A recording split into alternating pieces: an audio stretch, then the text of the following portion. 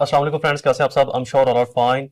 This is Mubashar Iqbal Chauhan, advocate high court. बहुत interesting topic है आज हमारे पास। अगर आपके खिलाफ कोई झूठा मुकदमा, झूठी एफआईआर, झूठी रिट पिटीशन, झूठा केस या किसी भी तरह की झूठी गवाही, झूठी इंफॉर्मेशन देता है, करवाता है, करवा चुका है या करवा सकता है या करवाएगा, इन तमाम चीजों में आपके पास जो लीगल शेल्टर है, आपके पास जो एक स्ट्रॉन्ग लीगल शीट है, वो हमारे पास पीपीसी का ये सेक्शन है जो आपको एक लीगल शेल्टर और legal sheet, strong legal defence मुहैया करता है। अगर आपके खिलाफ कोई भी शख्स झूठा मुकदमा करवाता है, झूठी एफआईआर करवाता है, कोई ऐसी इंफॉर्मेशन देता है, कोई 22 की रिट पिटीशन करता है या व्हाट्सएवर, तो उस शख्स के खिलाफ आप जो हर्जाने का केस है वो तो कर ही सकते हैं, उसकी भी वीडियो हम जल्द अपलोड कर देंगे, लेकिन उसके खिलाफ आप एक क्रिमिनल कार्रवाई भी अमल में ला सकते हैं। इस सेक्शन को आप तब भी अप्लाई कर सकते हैं अगर वो एफआईआर करवा दे और वो एफआईआर खारिज हो जाए एदर पुलिस से या कोर्ट से, या फिर आप ट्रायल में से बरी हो जाए, तब भी आप इस एफआईआर को उस शख्स के अगेंस्ट जिसने झूठी एफआईआर करवाई थी आप करवा सकते हैं।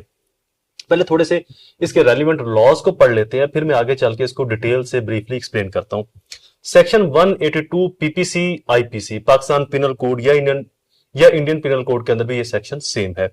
False information with intent to cause public servant to use his lawful power to the injury of another person। ऐसी झूठी इंफॉर्मेशन किसी पब्लिक सर्वेंट को देना जिसका मकसद किसी दूसरे शख्स को नुकसान पहुंचाना हो। अब यह नुकसान तीन तरह का हो सकता है, फिजिकली, मेंटली एंड रेपुटेशन वे के अंदर भी आप किसी को नुकसान पहुंचा सकते हो। Whoever, कोई भी शख्स gives to any public servant, किसी भी पब्लिक सर्वेंट को। अब यहां पर लफ्ज काबिल गौर है कि जरूरी नहीं कि कोई पुलिस को ऐसी झूठी इंफॉर्मेशन दे, एफआईआर करवाए, कोई एसीडीसी को, पटवारी तहसीलदार को, गर्ज के कोई भी जो पब्लिक सर्वेंट है, हुकूमती मुलाजिम है, गवर्नमेंट का जो मुलाजिम है, जो अवामुन नास की फलाह बहबूद के लिए या उनकी प्रोटेक्शन के लिए काम कर रहा है किसी भी वे में, उसको कोई ऐसी इंफॉर्मेशन देना जिससे किसी दूसरे शख्स को नुकसान पहुंचाया जा सके।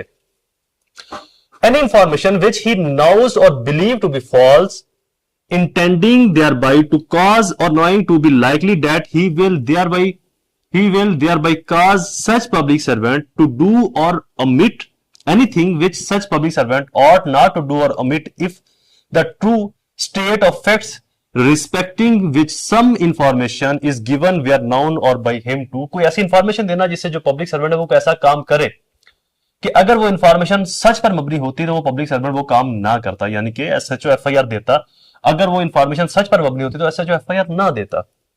Second, to use a lawful power to such public servant to the injury और अनोयंस ऑफ एनी पर्सन, किसी भी शख्स को इंजरी पहुंचाने के लिए, तकलीफ, इजा, जर पहुंचाने के लिए वो इंफॉर्मेशन दी जाए।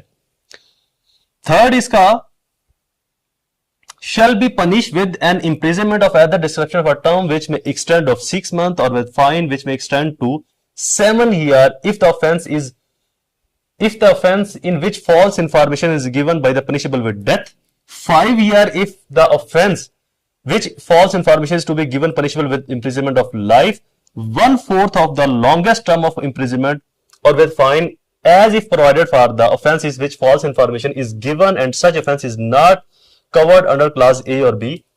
अगर कत्ल की या किसी ऐसे जुर्म की इंफॉर्मेशन दी गई झूठी जिसके साथ सजाए मौत थी, तो फिर इंफॉर्मेशन देने वाले को 7 साल तक सजा हो सकती है। अगर कोई ऐसी झूठी इंफॉर्मेशन दी गई जहां पर जो सजा है वो लाइफ इंप्रिजनमेंट हो, उम्र कैद हो, ताहयात जो कैद होती है, तो वहां पर 5 साल तक सजा। और अगर ऐसी इंफॉर्मेशन दी गई जो ऊपर दोनों में क्लास में फॉल नहीं करते तो फिर 1/4 ऑफ लॉन्गर, यानी कि 7 साल का 1/4, अप्रोक्सीमेटली को 2 साल के आसपास ये सजा बनती है, तो फिर वो सजा दी जाएगी। तो अब आते हैं इसके ऊपर, ये आप कब अप्लाई करवा सकते हैं। कोई भी शख्स आपके खिलाफ झूठ पर मबनी एफआईआर करवाता है या फिर वकुआ कुछ और होता है, बना कुछ और देता है, या फिर उस इंफॉर्मेशन का मकसद सिर्फ और सिर्फ आपको दिमागी तौर पर, जिस्मानी तौर पर या आपकी इज्जत को नुकसान पहुंचाना, किसी भी सेंस के अंदर, किसी भी वे में, कोई भी इंफॉर्मेशन जो वो झूठ पर मबनी है, अगर वो एफआईआर में से आप बरी हो जाते हैं, अदर वो बरियत जो है वो आपको पुलिस की तरफ से मिले, पुलिस वाले आपको एफआईआर में से खारिज कर दें कि ये बंदा इस जुर्म के अंदर इन्वॉल्व नहीं था, या फिर अदालत के अंदर आप बरी हो जाते हैं,